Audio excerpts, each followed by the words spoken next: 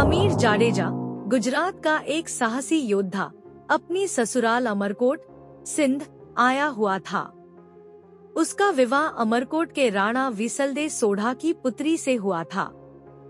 राणा विसलदे का पुत्र महिंद्रा और हमीर हमउम्र थे, इसलिए दोनों में अच्छी दोस्ती थी।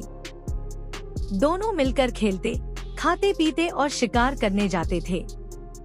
एक दिन शिकार करते समय दोनों ने एक हिरण का पीछा किया और उसे काक नदी के पास पहुंचा दिया। हिरण ने अपनी जान बचाने के लिए नदी में छलांग लगाई और दोनों ने यह सोचकर उसका पीछा छोड़ दिया कि उसने जल में शरण ली है। जैसे ही उन्होंने चारों ओर नजर दौड़ाई, उन्हें नदी के उस पार एक सुंदर बगीचा और एक दुमंजिली झरोखेदार मेड़ी दिखाई दी। इस सुनसान स्थान में इतना सुहावना दृश्य देखकर दोनों प्रसन्न हो गए। वे अपने घोड़ों को नदी में उतारकर पार गए और बागीचे में प्रवेश किया।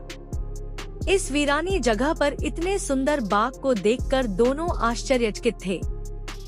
बगीचे की झरोखे से मूमिल ने उन्हें देखा और अपनी दासी को बुलाकर उनके खाने पीने का इंतजाम करने का आदेश दिया। मूमिल ने नौकरों से कहा कि ये सरदार अच्छे राजपूत घर के लगते हैं, उनकी अच्छी खातिर करें। नौकरों ने हमीर और महिंद्रा के लिए आराम और भोजन की व्यवस्था की। मूमिल की सहेली ने आकर उनसे परिचय पूछा। हमीर ने बताया कि वे गुजरात से हैं और उनका नाम हमीर और महिंद्रा है। उन्होंने सहेली से पूछा कि यह सुंदर बाग और झरोखेदार मेड़ी किसकी है। सहेली ने बताया कि यह बाग मूमिल का है, जो अपने रूप और गुणों के लिए मशहूर है। उसने मूमिल के रूप और गुणों का वर्णन करते हुए बताया कि मूमिल ने प्रण लिया है कि वह विवाह उसी से करेगी जो उसका दिल जीत लेगा। कुछ देर बाद मूमिल की सहेली ने हमीर और महिंद्रा में से एक को मूमिल से मिलने के लिए बुलाया। हमीर ने महिंद्रा को जाने के लिए कहा, पर महिंद्रा ने हमीर से पहले जाने को कहा। हमीर ने जब मूमिल की मेड़ी में प्रवेश किया तो उसे शेर और अजगर के रास्ते रोके हुए दिखाई दिए। यह देखकर हमीर ने सोचा कि मूमिल कोई डायन है और वापस लौट आया। अब महिंद्रा की बारी थी। उसने अपनी तलवार और भाला लेकर मूमिल की मेड़ी में प्रवेश किया। महिंद्रा ने शेर और अजगर को भूसे से भरे पुतलों के रूप में पाया और उन्हें काट दिया। उसने समझ लिया कि मूमिल उसकी परीक्षा ले रही है। महिंद्रा ने कांच का फर्श पार कर मूमिल की मेड़ी में प्रवेश किया, जहां मूमिल खड़ी थी। दोनों की नजरें मिली और वे एक दूसरे के प्रति आकर्षित हो गए। रात भर बातें करते करते वे एक दूसरे को दिल दे बैठे। सुबह होते ही हमीर ने महिंद्रा को वापस चलने को कहा। महिंद्रा ने मूमिल से वादा किया कि वह बार बार मिलने आएगा। गुजरात लौटने के बाद महिंद्रा अपनी राज्य अमरकोट चला गया।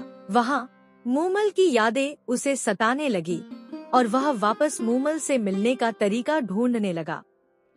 उसने अपने ऊंट चराने वाले रायका रामू से पूछा तो रामू ने बताया कि उसके टोले में एक तेज दौड़ने वाला ऊंट है जो उसे रातों रात लोदवा लेकर जा सकता है।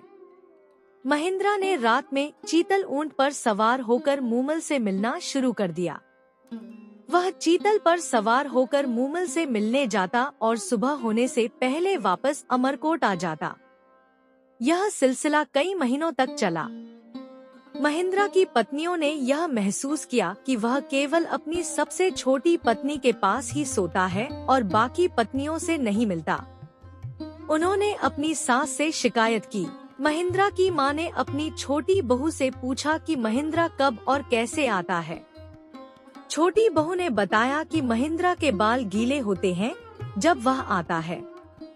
महिंद्रा की मां ने विसलदे को यह बात बताई। विसलदे ने महिंद्रा के बालों से टपकते पानी का परीक्षण किया और उसे काक नदी का पानी पाया। इससे यह स्पष्ट हो गया कि महिंद्रा मूमिल से मिलने जाता है।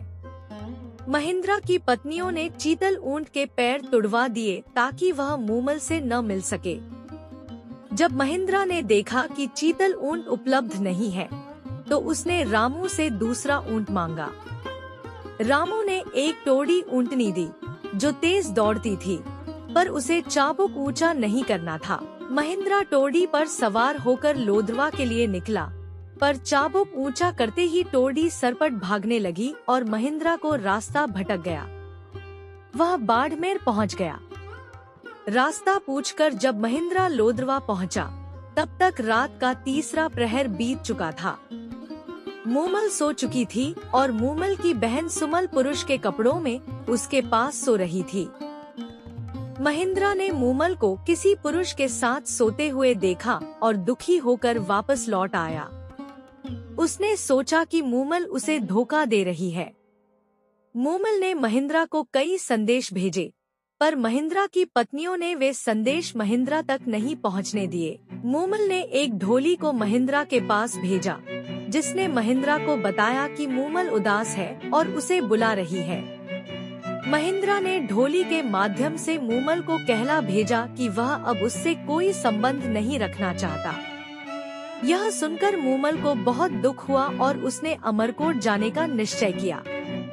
उसने महिंद्रा को संदेश भेजा कि वह उससे मिलने आ रही है। महिंद्रा ने सोचा कि शायद मूमल पवित्र है और उसने उसे मिलने का वादा किया।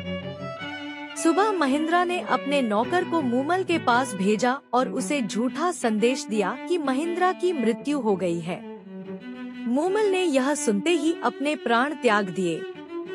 महिंद्रा को मूमल की मृत्यु का समाचार मिला और वह पागल हो गया। वह सारी उम्र हाय म्हारी प्यारी मूमल, म्हारी प्यारी मूमल कहते हुए फिरता रहा।